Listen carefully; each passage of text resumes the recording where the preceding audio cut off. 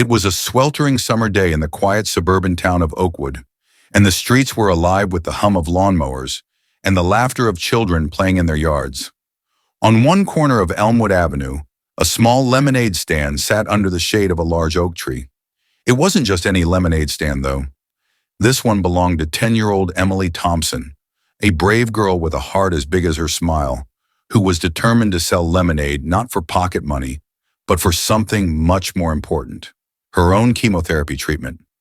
Emily had been diagnosed with leukemia nearly a year ago, and since then, her life had been a whirlwind of doctor's appointments, hospital stays, and treatments. She had lost her hair during the grueling rounds of chemotherapy, but her spirit remained unshaken. Her parents, John and Sarah Thompson, had done everything they could to afford the rising medical bills, but it wasn't enough. That's when Emily, in her usual determined way, decided she wanted to help.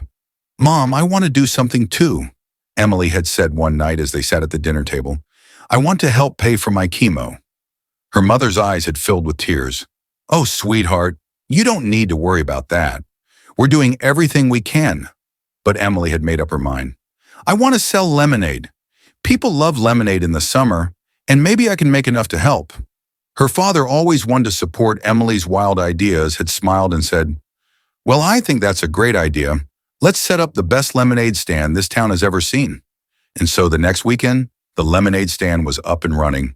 A colorful, hand-drawn sign with big, bold letters that read, "Lemonade for Chemo," hung from the table, and pitchers of ice-cold lemonade sat ready to be served. Emily, wearing a bright yellow sundress and a blue headscarf to cover her bald head, beamed at every passerby.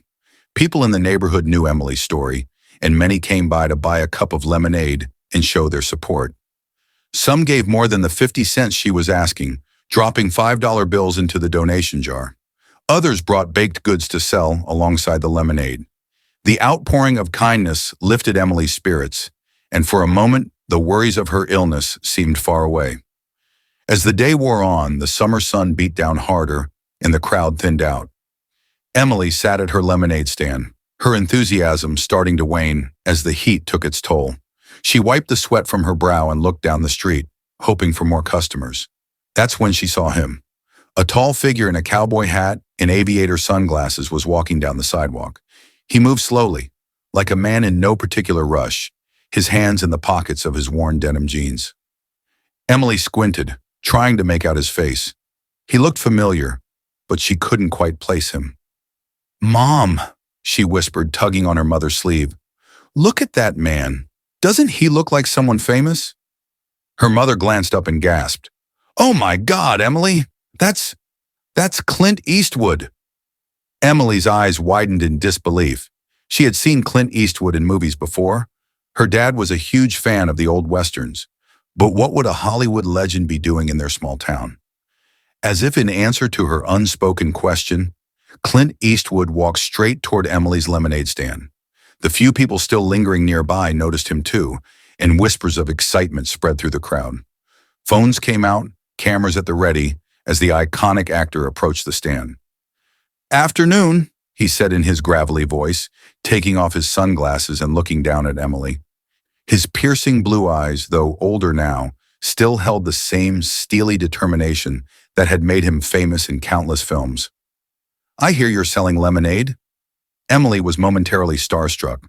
She had never met a celebrity before, let alone one as famous as Clint Eastwood, but she quickly regained her composure and smiled up at him. "Yes, sir," she said, her voice a little shaky. "It's 50 cents a cup, but all the money's going to help pay for my chemotherapy." Clint raised an eyebrow, clearly impressed. "Well now, that's a noble cause if I ever heard one." He reached into his pocket and pulled out a crisp $100 bill. "How about I buy a cup, and you keep the change?" Emily's jaw dropped. $100 for a cup of lemonade? Her hands trembled as she poured the lemonade into a plastic cup and handed it to him. Thank you, Mr. Eastwood," she stammered. He smiled, a rare sight, as most people knew Clint Eastwood for his tough, no-nonsense demeanor. But in that moment, there was nothing but kindness in his eyes. "You're a brave girl, Emily," he said, taking a sip of the lemonade. "And this is the best lemonade I've had in years." Emily's heart swelled with pride. She couldn't believe this was happening. Not only had Clint Eastwood bought her lemonade, but he had also complimented it. The crowd around them had grown, and people were snapping pictures and recording videos. Clint seemed unfazed by the attention, though. He crouched down next to Emily and spoke quietly, so only she and her parents could hear. "You know, I've faced a lot of challenges in my life," he said, his voice low and sincere. "But nothing compares to what you're going through. I want you to know that you've got a lot of people rooting for you, including me." Emily's eyes filled with tears, but she blinked them back, not wanting to cry in front of her hero. "Thank you," she whispered. "That means a lot." Clint stood up, placed his hand on Emily's shoulder, and gave it a gentle squeeze. "Keep fighting, kid. You've got a bright future ahead of you." With that, he tipped his hat to her parents, gave a nod to the crowd, and walked away, leaving behind a stunned silence. It wasn't long before the videos of Clint Eastwood at Emily's lemonade stand went viral. News outlets picked up the story, and soon people from all over the country were talking about the little girl selling lemonade to pay for her chemotherapy and the Hollywood legend who had stopped by to support her. Donations started pouring in from strangers, some as far away as Europe, all touched by Emily's story and her unwavering determination. In the days that followed, Emily's lemonade stand became a local sensation. People from neighboring towns made the trip just to buy a cup of lemonade, and more donations filled the jar than Emily and her family could have ever imagined. It wasn't long before they had raised enough money to cover not just Emily's medical expenses, but to start a fund to help other children in similar situations.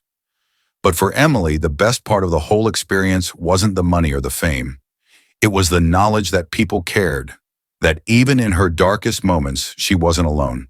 She had her family, her friends, her community, and now a Hollywood icon cheering her on. And every time she felt like giving up, she remembered Clint Eastwood's words. "Keep fighting, kid. You've got a bright future ahead of you."